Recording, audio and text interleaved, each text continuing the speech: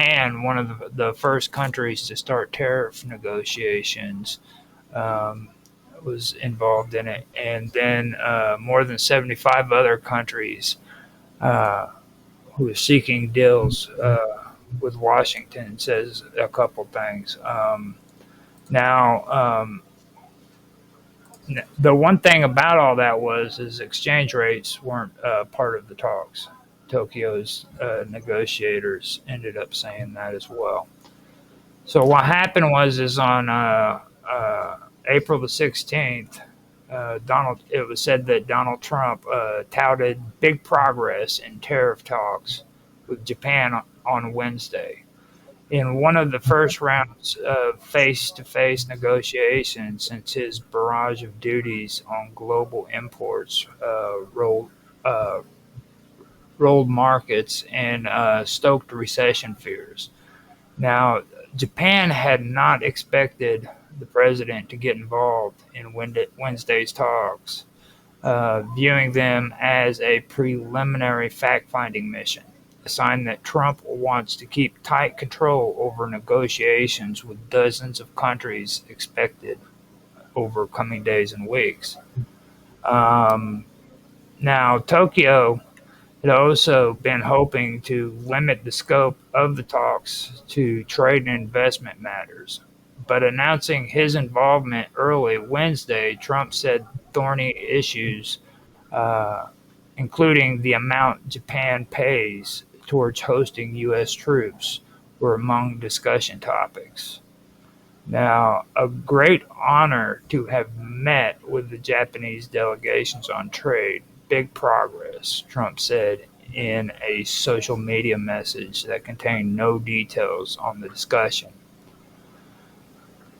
Opposite Trump was Ryosei Akazawa, a close confidant of Japanese Prime Minister Shigeru Ishiba, who serves as the relatively junior cabinet position of economic revitalization minister.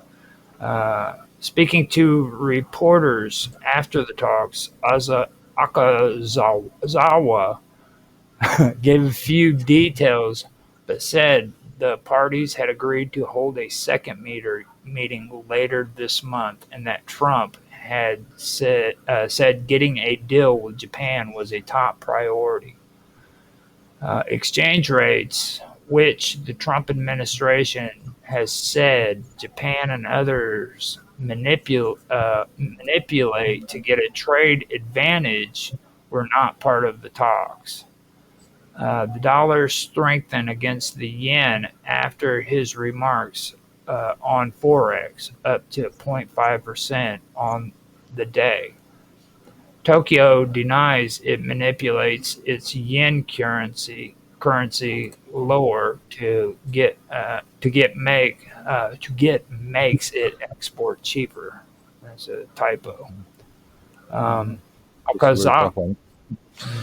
Akazawa held a 50-minute meeting with Trump at the White House before another session with his Treasury Secretary Scott Bessent, Commerce Secretary Howard Lutnick, and Trade Representative Jameson Greer. That stretched to almost an hour and a half, according to Japanese readouts of the talks. Now, for me, I want to talk about that with Japan and Japan playing with the stock market and everything. You know what I mean? Because that actually is something that a lot of people here in the United States does talk about. You know, they've been notorious for doing that for a long time, and they're probably one of our strongest allies in the Pacific. It's worth noting that Japan has been in using quantitative easing measures for what must be 30, 35, maybe even 40 years now. Mhm. Yeah, I think 40 years. What is quantitative easing again? Printing money, in effect. Uh huh.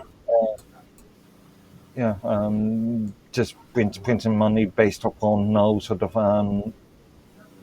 no sort of material worth of that money, or physical material worth.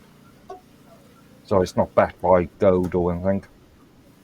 So after this happened, after this talks, the yen got a bit stronger, but now it's come back down. Now, Japan's prime minister, who has previously said he won't rush to reach a deal and does not plan to make big concession to make big concessions, sounded a more cautious tone speaking to reporters later in Tokyo.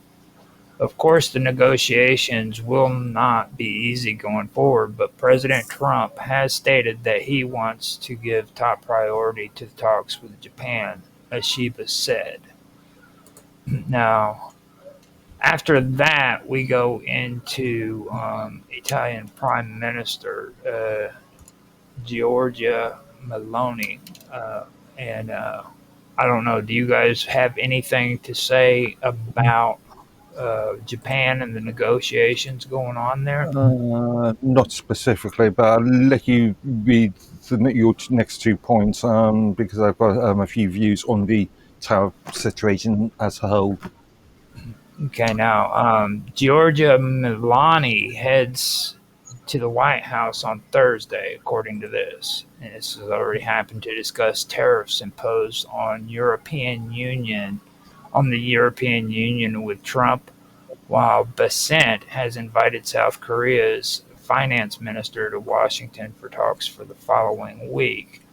Now, I do have links to what had actually taken place there with the Italian Prime Minister, but that's on a different article, and I'm going to go ahead and go to that one instead of this one, because the stuff that that I wanted to talk about with Japan was there.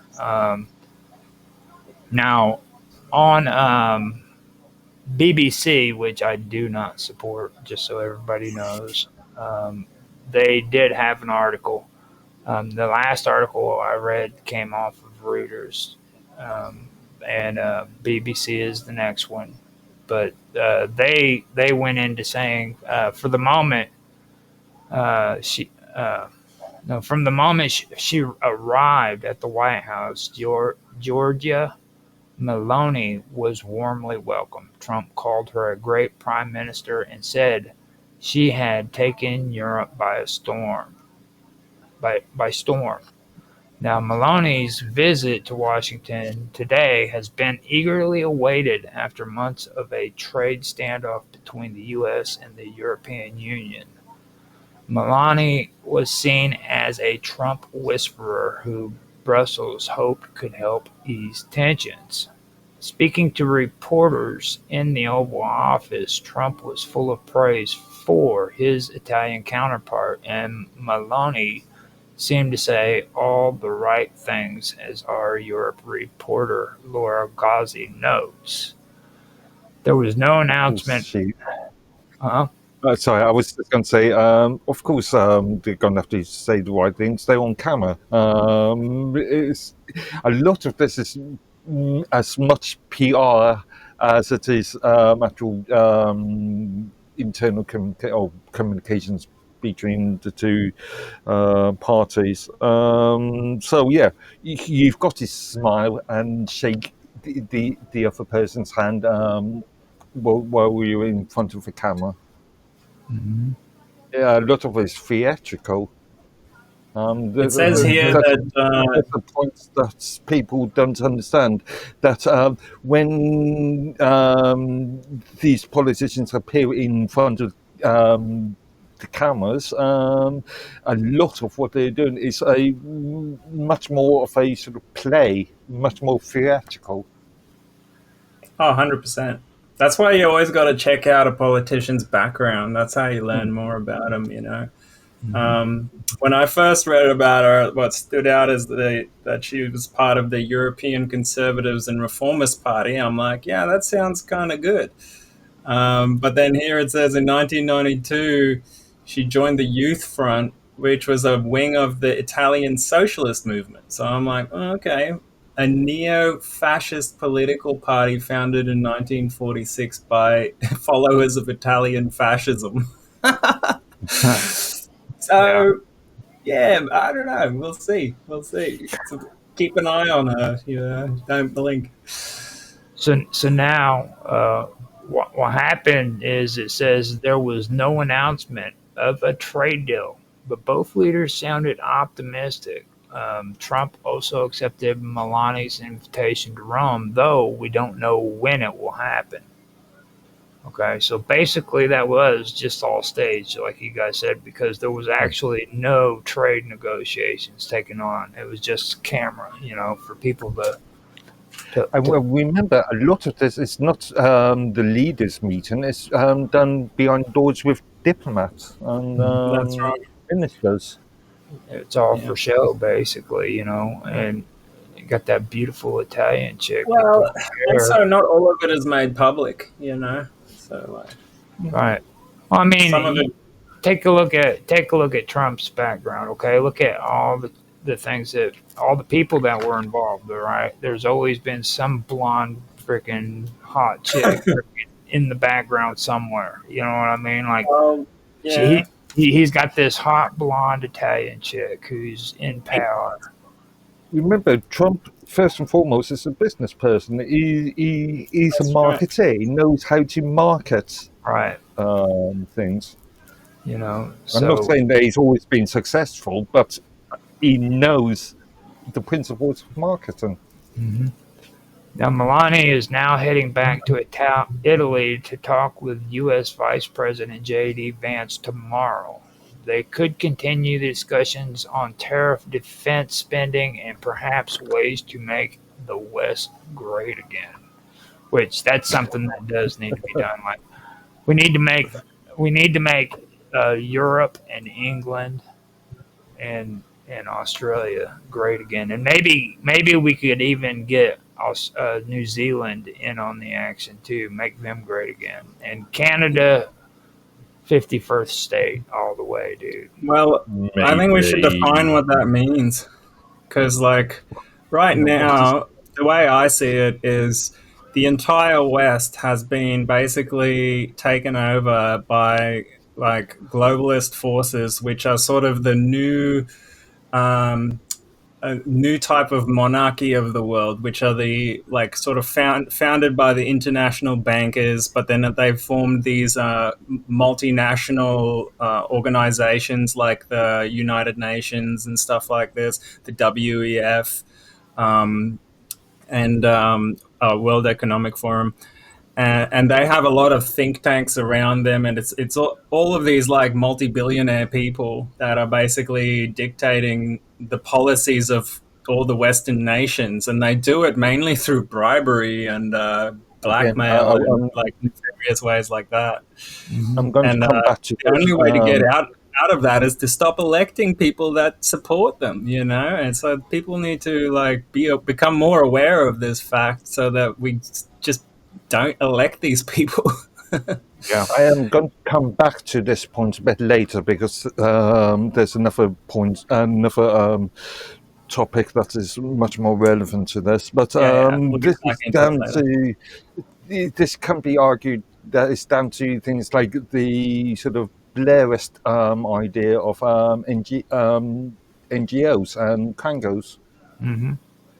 And I'm big on talking about NGOs too, because I don't think of them as a good thing. And I think a lot of people, even here in the United States, being as great as what we are.